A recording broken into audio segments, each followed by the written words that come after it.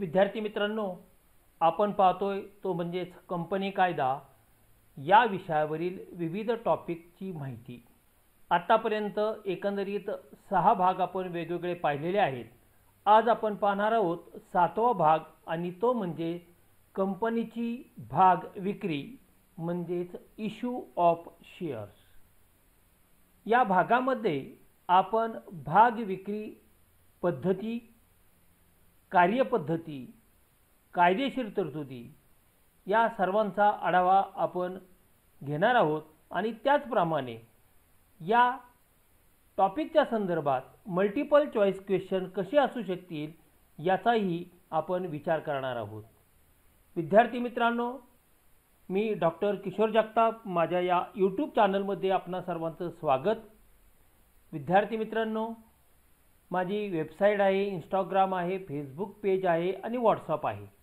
या सर्वांच्या links description बॉक्समध्ये दिलेल्या आहेत, त्या तुम्ही फॉलो करून येणारे अपडेट्स जाणून घेऊ शकता। विद्यार्थी मित्रांनो, जर तुम्हाला व्हिडिओ आवडला तर लाईक करा, आपल्या सर्व विद्यार्थी मित्रांना तो शेअर करा आणि जर तुम्ही अजूनही चॅनलला सबस्क्राइब केले नसेल तर त्वरित सबस्क्राइब करा, म्हणजे या येणाऱ्या प्रत्येक व्हिडिओचे नोटिफिकेशन तुम्हाला तुमच्या मोबाईलवर प्राप्त होऊ शकतील। तर मित्रो, चला आपण भाग विक्रीचा थोडा आढावा घेऊया। कंपनी आपले भाग विक्रीस काढत असताना योग्य त्या पद्धतीचा अवलंब करीत असते। जास्तीत जास्त सोयीस्कर असलेल्या पद्धतीने कंपनी आपले भाग विकत असते।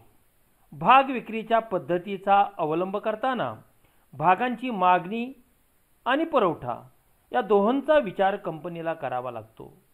त्याचप्रमाणे कंपनीची आर्थिक संपन्नता, कंपनीचा नावलौकिक या सर्वांचा विचार करूनच कंपनीला आपली भाग विक्रीची योग्य पद्धत ठरवावी लागते। सर्वसाधारणपणे कंपनीला भाग भांडवल उभा करण्यासाठी ही भागांची विक्री आवश्यक आहे। कंपनी आपल्या भागांची विक्री एकंदरीत या 3 प्रकारे करू शकते। पहिला भाग आहे दर्शनी किमतीला भागांची विक्री म्हणजेच शेअर इश्यूड ॲट पार। दुसरा भाग आहे सूट देऊन भागांची विक्री, याचाच अर्थ शेअर इश्यूड ॲट डिस्काउंट। आणि तिसरा भाग आहे अधिभागाने किंवा जादा भावाने कंपनीची भाग विक्री, शेअर इश्यूड ॲट प्रीमियम। या तिघांची माहिती आपण थोडक्यात त्या ठिकाणी घेऊया। दर्शनी मूल्यास भागांची विक्री। भागांची विक्री जेव्हा त्याच्या दर्शनी किमतीला केली जाते तेव्हा तिला भागांची दर्शनी मूल्यास किंवा भागांची समभावाने विक्री असं म्हटलं जातं। या विक्रीत भागांची दर्शनी किंमत व भागांची विक्री किंमत ही एकच असते, एकसारखीच असते। उदाहरणादाखल 100 रुपये दर्शनी किमतीचा भाग कंपनीने 100 रुपये किमतीलाच विकण्याचा जर निर्णय घेतलेला असेल तर अशा परिस्थितीमध्ये आपण म्हणू शकतो कंपनी आपल्या भागांची दर्शनी किमतीला विक्री करते आहे। दुसरा भाग आहे सूट देऊन भागांची विक्री। भागांची विक्री जेव्हा भागांच्या दर्शनी किमतीपेक्षा कमी किमतीला केली जाते तेव्हा त्याला भागांची सूट देऊन अथवा कसर देऊन केलेली विक्री असे म्हणतात। भागांची दर्शनी किंमत व भागांची विक्री किंमत यातील फरक म्हणजेच सूट किंवा कसर होय। अशी विक्री करताना कंपनी कायद्यातील तरतुदींचा अवलंब करावा लागतो। त्यानंतरच कंपनी अशा प्रकारे सूट देऊन भागांची विक्री करू शकते। उदाहरणादाखल जर आपण पाहिलं तर आपल्या लक्षात येईल की जेव्हा कंपनी 100 रुपये दर्शनी किंमत असलेला भाग जर 90 रुपयालाच विकत असेल किंवा विकायचा निर्णय घेतलेला असेल तर आपण या ठिकाणी म्हणतो की दर्शनी किंमत 100 रुपये आणि विक्रीची किंमत 90 रुपये म्हणजेच 10 रुपये ही सूट किंवा कसर होय। ही सूट किंवा कसर म्हणजेच डिस्काउंट हा कंपनीचा तोटा असतो, नुकसान असतं. तिसरा भाग आहे अधिभागाने किंवा जादा भावाने भागांची विक्री. कंपनी आपल्या भागांची विक्री भागांच्या दर्शनी किमतीपेक्षा जास्त किमतीला जर करीत असेल तर तिला जादा भावाने भागांची विक्री अथवा भागाची वाढाव्याने विक्री किंवा अधिभागाने भागांची विक्री असे म्हटले जाते. उदाहरणादाखल 100 रुपये दर्शनी किंमत असलेला भाग जर कंपनी 110 रुपयाला जर विकत असेल तर दर्शनी किंमत व विक्री किंमत यामधील फरक जो आहे तो फरक म्हणजेच भाग वाढावा. या ठिकाणी 10 रुपये हा भाग वाढावा म्हणून सांगता येईल. भाग वाढावा हा कंपनीचा भांडवली स्वरूपाचा नफा असतो, त्यामुळे त्याचा उल्लेख स्वतंत्र रीतीने कंपनीने ताळेबंदात करणे आवश्यक आहे. या भांडवली नफ्याचा म्हणजे शेअर प्रीमियम अकाउंटचा वापर विनियोग कंपनी पुढील कारणासाठी करू शकते. प्राथमिक खर्च भागविणे म्हणजे write off preliminary expenses, bonus भाग देणे, issued bonus share to existing shareholder, भांडवली स्वरूपाचे तोटे भरून काढणे, जे कॅपिटल लॉसेस आहेत ते त्या ठिकाणी राईट अप करणे किंवा अग्रहक्क भाग आणि परतफेडीचे कर्ज रोखे यांची परतफेड करणे. अशा विविध कारणासाठी या भांडवली नफ्याचा उपयोग केला जातो. थोडक्यात या ठिकाणी आपण पाहिलं ना नफा ना तोटा या तत्वावर पहिली विक्री होते, त्याला म्हणतो इश्यू ॲट पार. तोटा होऊन जर भागांची विक्री केली जात असेल तर त्याला आपण म्हणतो शेअर इश्यूड ॲट डिस्काउंट, आणि फायद्याने जर भागांची विक्री केली जात असेल तर त्याला आपण म्हणतो शेअर इश्यूड ॲट प्रीमियम. हे 3 भाग आपण या ठिकाणी अभ्यासलेले आहेत. आता कार्यपद्धती आपल्याला पाहावी लागेल. भाग विक्रीची कार्यपद्धती ह्या 10 टप्प्यामध्ये आहे. पहिला टप्पा आहे तो म्हणजे संचालक मंडळाची सभा. भाग विक्री करण्यापूर्वी कंपनीच्या संचालकांना काही प्रारंभिक स्वरूपाचे निर्णय घेणे आवश्यक आहे आणि हे निर्णय घेण्यासाठी संचालक मंडळाची सभा आवश्यक आहे.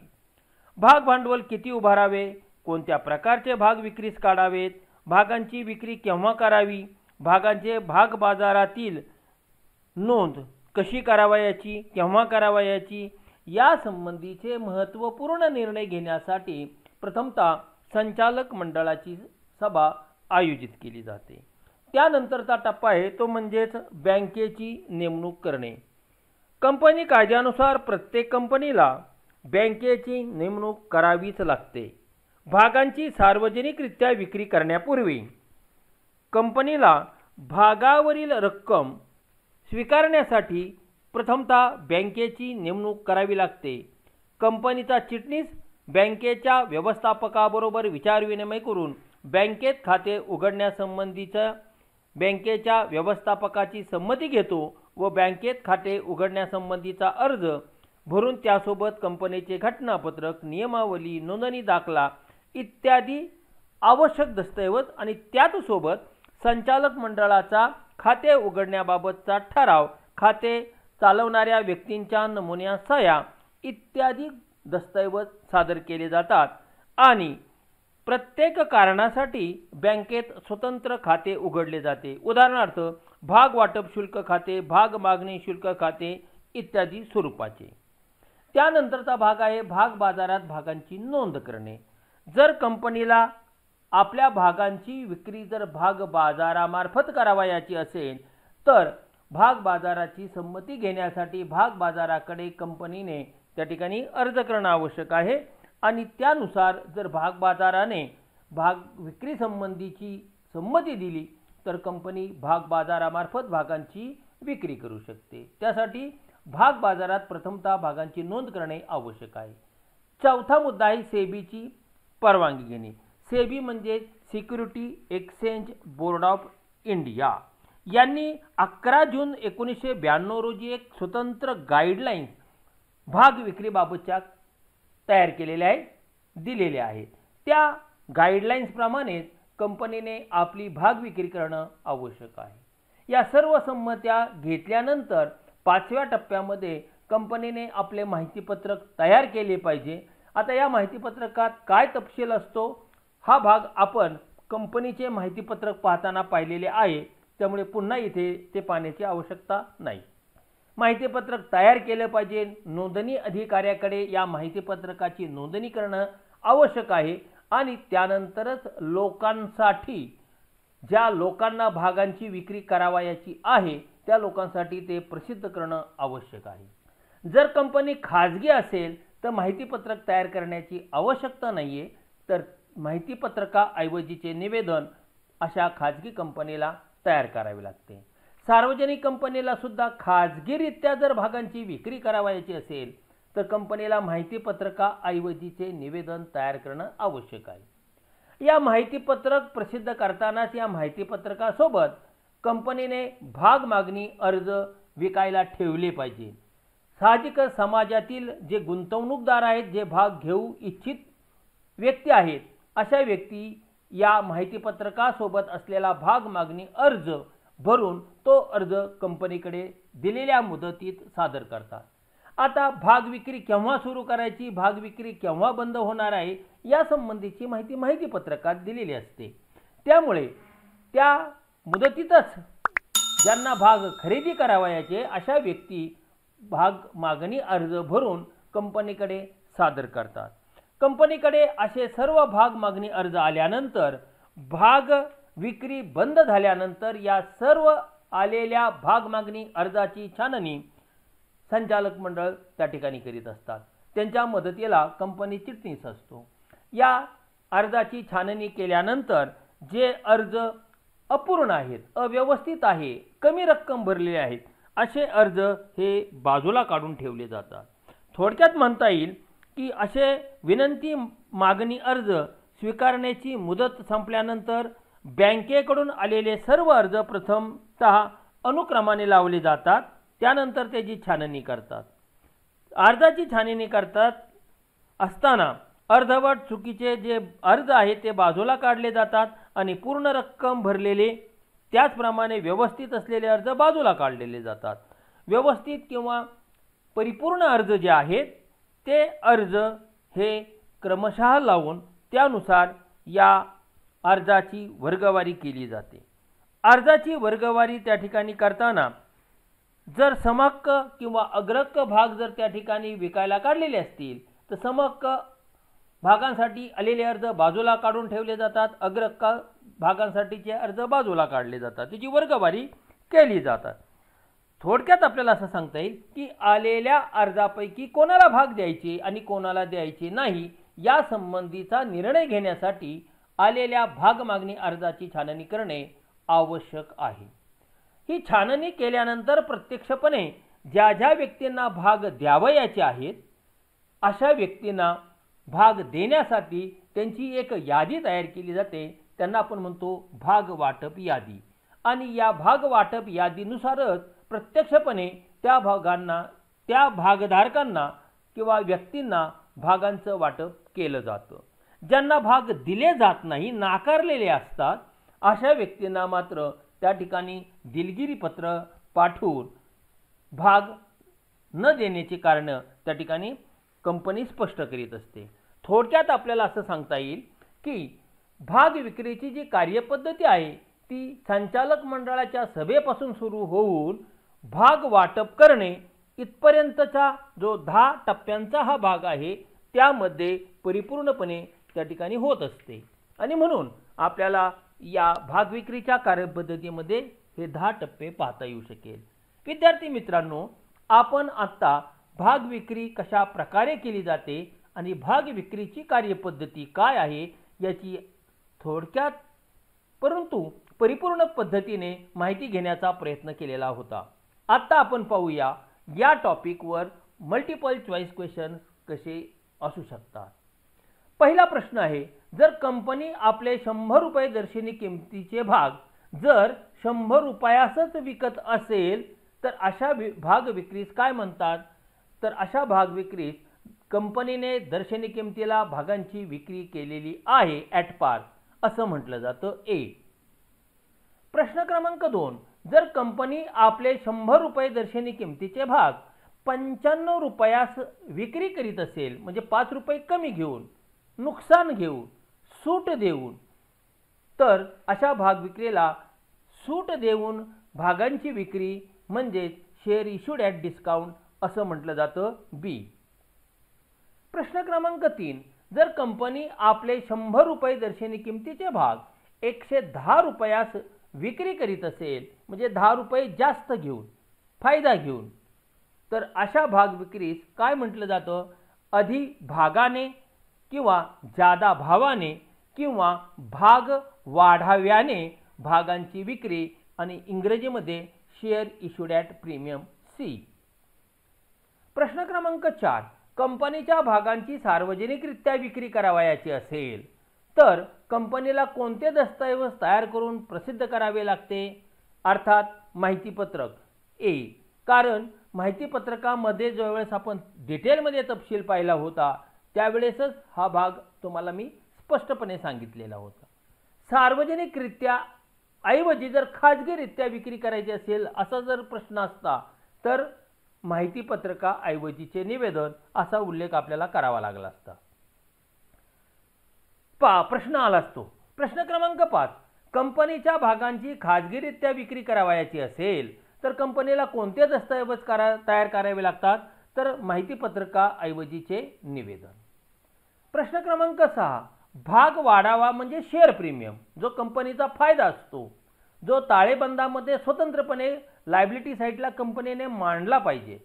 अशा या फायद्याचा, भाग वाढाव्याचा उपयोग कंपनी कोणत्या कारणासाठी करीत असते किंवा कंपनीने केला पाहिजे?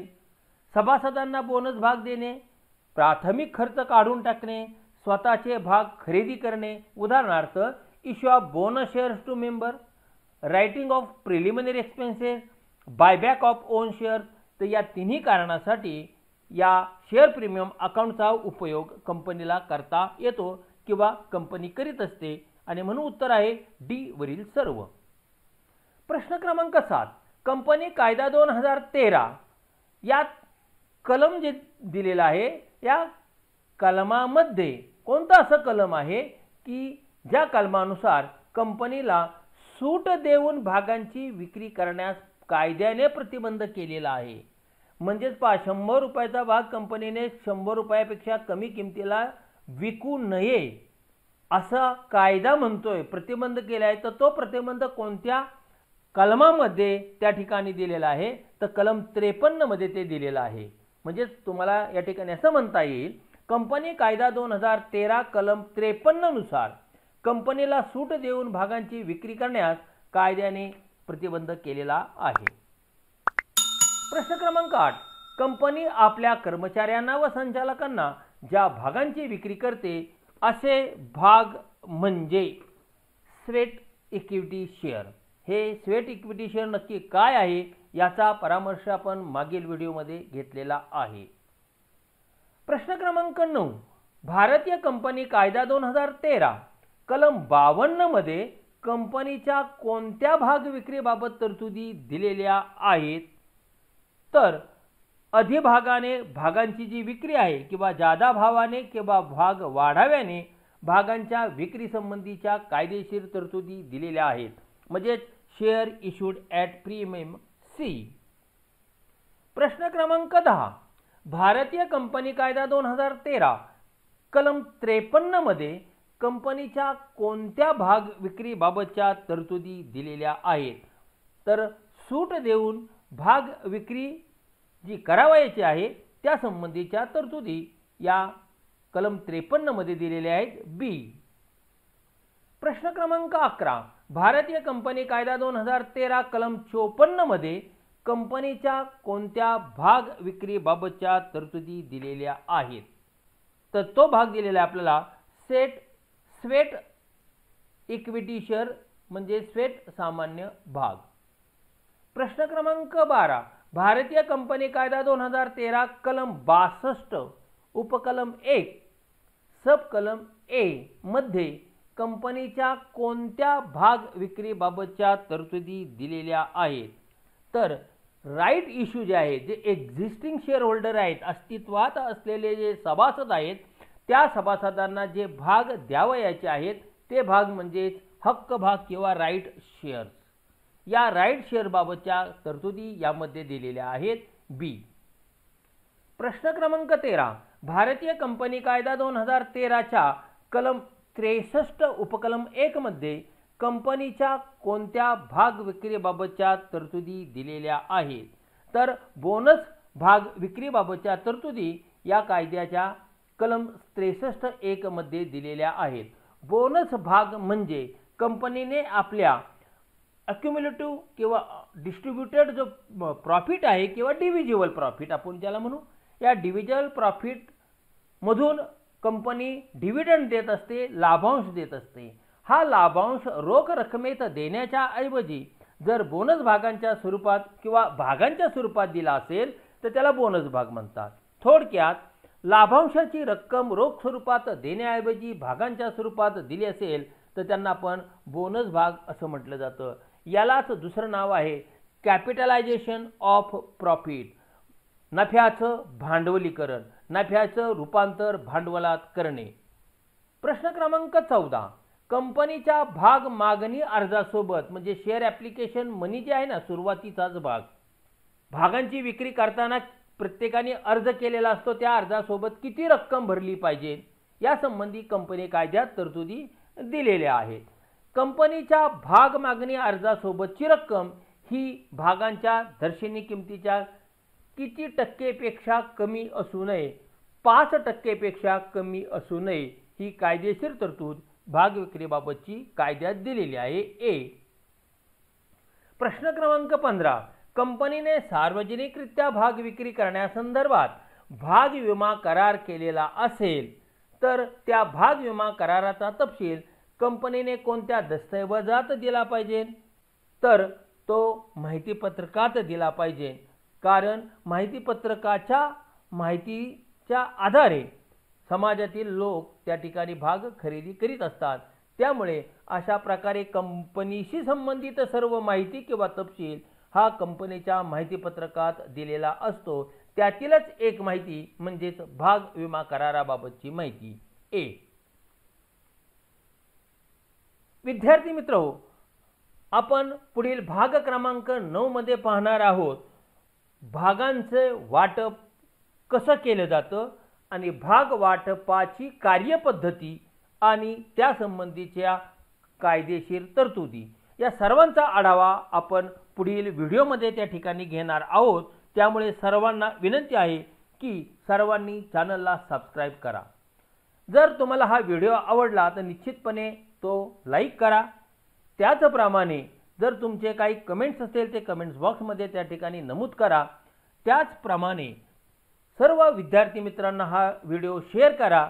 आणि पुन्हा एकदा सांगतो, ज्यांनी अजूनपर्यंत चॅनलला सबस्क्राईब केलं नसेल त्यांनी त्वरित चॅनलला सबस्क्राईब करावा, म्हणजे येणारे अपडेट्स व्हिडिओच्या बाबतीतले आणि इतर बाबीतले तुम्हाला त्या ठिकाणी प्राप्त होऊ शकेल, त्याचे नोटिफिकेशन तुम्हाला त्या ठिकाणी येऊ शकतील. याचबरोबर माझा ईमेल ID या ठिकाणी दिलेला आहे. त्या ईमेल ID वर सुद्धा तुम्ही माझ्याशी संपर्क करू शकता. तर मित्र हो, आपण पुढे जो भाग पाहणार आहोत तो पुन्हा एकदा आठवण करून देतो, तो म्हणजे भाग वाटप.